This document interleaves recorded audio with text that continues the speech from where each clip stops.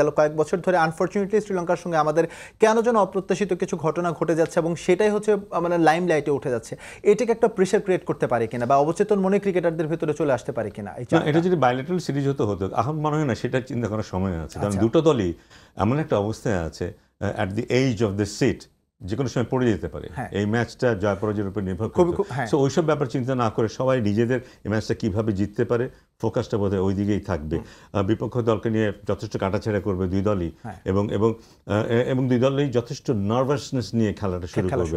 যে আগে খেলাটা ধরতে পারবে সে হয়তো কিছুটা এগিয়ে যাবে। কারণ ফর এক্সাম্পল যে দল ব্যাটিং করছে প্রথমে, সে যদি প্রথমেই সেই পাওয়ার প্লেতে 40-45 রান করলো, কোনো উইকেট হারালো না, তার ড্রেসিং রুম আস্তে আস্তে একটু সেটেল হয়ে গেল। কিন্তু সে যদি প্রথম পাওয়ার প্লেতে 2টি উইকেট হারিয়ে ফেলে 33 রানে পাওয়ার প্লেতে, বোলিং সাইডের ড্রেসিং রুম হয়তো বা খেলোয়াড় একটু সেটেল হয়ে গেল। সো শুরুটা খুব ইম্পর্টেন্ট হবে পুরো ম্যাচের। শ্রীলঙ্কার হচ্ছে আসলে ওয়ার্ল্ড কাপটা ভালো হয়নি দক্ষিণ আফ্রিকার এগেনস্টে হেরে। আমাদেরও হচ্ছে খুবই গুরুত্বপূর্ণ একটা ম্যাচ শ্রীলঙ্কার এগেনস্টে, কারণ আমরা টার্গেট করে এসেছি প্রথম দুটো ম্যাচের মধ্যে অন্তত একটা ম্যাচে হচ্ছে আমরা জয় তুলে নিতে চাই। এই সিনারিও থেকে আমরা যদি একটু দেখার চেষ্টা করি যে আসলে দু দলের সিচুয়েশন কেমন, আমরা যদি বাংলাদেশের সিচুয়েশনটা যদি দেখার চেষ্টা করি যে কেমন, টপ অর্ডার একেবারে অফ ফর্ম। আমরা যদি পুরো ভাগ ভাগ করে যদি একটু দেখি, মিডল অর্ডার ধারাবাহিকতার অভাব, 2-1 রান করছে। লোয়ার মিডল অর্ডার সেখানেও আমরা দেখেছি ধারাবাহিকতার অভাব, বোলিংয়ে হচ্ছে ইনজুরির সমস্যা আছে। একই সঙ্গে যদি হচ্ছে আমরা শ্রীলঙ্কার স্কোর কার্ডটা এটা সিচুয়েশনটা যদি একটু দেখে আসি, টপ অর্ডার মানে তুলনামূলকভাবে হচ্ছে লাস্ট ম্যাচ নিয়ে হচ্ছে যতটুকু করা হয়েছে, top order of form, middle order disaster একেবারেই খারাপ করেছে, লোয়ার মিডল অর্ডার একই অবস্থা। বোলিং তাদের সন্তোষজনক হয়েছে, স্বল্প পুঁজি ছিল, সেই স্বল্প পুঁজিতেই হচ্ছে বোলাররা ভালো করার চেষ্টা করেছে।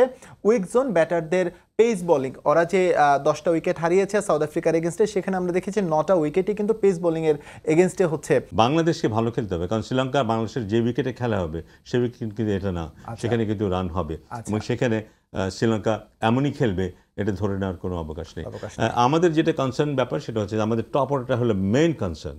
টপ অর্ডারটা ভালো না করাতে এই চাপটা বারবার এসে মিডল অর্ডার উপর পড়ছে কিন্তু, এবং মিডল অর্ডার একবার দুবার তিনবার হয়তো পার পেয়ে গেছে বা ভালো করেছে, রিকভার করেছে, কিন্তু বারবার এটা সম্ভব না।